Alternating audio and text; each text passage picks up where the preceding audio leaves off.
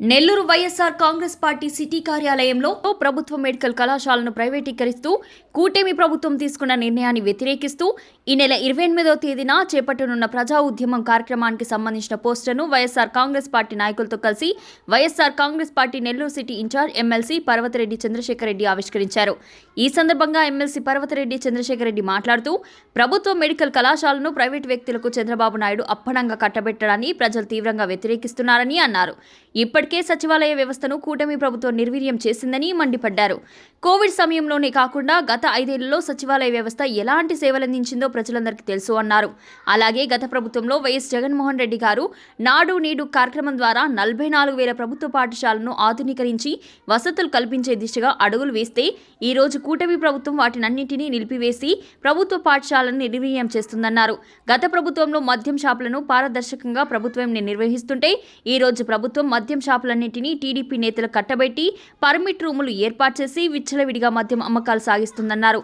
ఈ రోజు కూటమి ప్రభుత్వం పోర్టులను రోడ్డు ఇలా అన్నింటినీ ప్రైవేట్ పరం చేయడమే లక్ష్యంగా పాలన సాగిస్తుందన్నారు.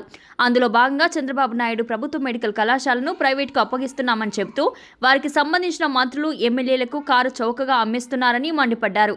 ఈ రోజు ఒక మెడికల్ కళాశాల తీసుకురావాలంటే సుమారు 500 నుంచి 800 కోట్ల రూపాయలు ఖర్చు అయ్యే పరిస్థితి. మెడికల్ కళాశాల తీసుకురావడం ఒక వ్యవస్థ అని పేర్కొన్నారు.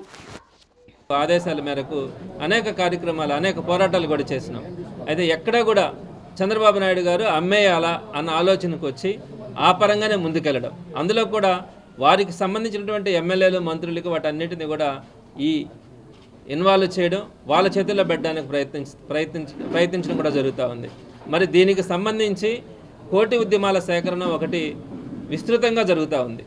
ప్రతి వాడలో కూడా ప్రతి ఇంటిలో కూడా ఒక వ్యక్తి వచ్చి సంతకాలు పెట్టడం అన్నది ఈరోజు ఆ కార్యక్రమం పెద్ద ఎత్తున సుమారుగా 1 కోటి అనుకుంటే అది 1.5 కోటికి దాటిపోయే పరిస్థితి ఈరోజు మనకు కనపడతా ఉంది. నెల్లూరు నగరంలో కూడా 60,000 అనుకుంటే 1,00,000 దాటే పరిస్థితి కనపడతా ఉంది. మరి దీనికి సంబంధించి ఈ నెల 28వ తారీఖున అంటే మంగళవారం రోజున ర్యాలీగా వెళ్ళి కలెక్టరేట్లో కానీ ఆర్డీఓ ఆఫీసుల్లో కానీ తహసీల్దార్ ఆఫీసుల్లో కానీ అన్నింటిలో కూడా విజ్ఞాపన పత్రాలు అందించాలా అన్న ఆలోచనతో జగన్మోహన్ రెడ్డి గారు ఇచ్చినటువంటి సూచన మేరకు రేపు 28వ తారీఖున నెల్లూరు నగర నియోజకవర్గంలో విఆర్సీ సెంటర్లో ఉన్నటువంటి అంబేద్కర్ స్టాచ్యూ దగ్గర నుంచి కలెక్టరేట్ వరకు ర్యాలీగా వెళ్ళి అక్కడ ఏదైతే వీళ్ళు తీసుకుంటున్నటువంటి డెసిషన్ ప్రభుత్వ మెడికల్ కాలేజీలను ప్రైవేటీకరణ చేయాలా అన్న అంశానికి దాన్ని ఇంకొకసారి ఆలోచించాలా, దాన్ని డ్రాప్ చేసుకోవాలా అన్న ఆలోచనతో ఆయనకి విజ్ఞాపన పత్రం ప్రభుత్వానికి పంపించడానికి, కలెక్టర్ ద్వారా పంపించడానికి విజ్ఞాపన పత్రం కూడా ఆ రోజు ఇవ్వడం కూడా జరుగుతుంది.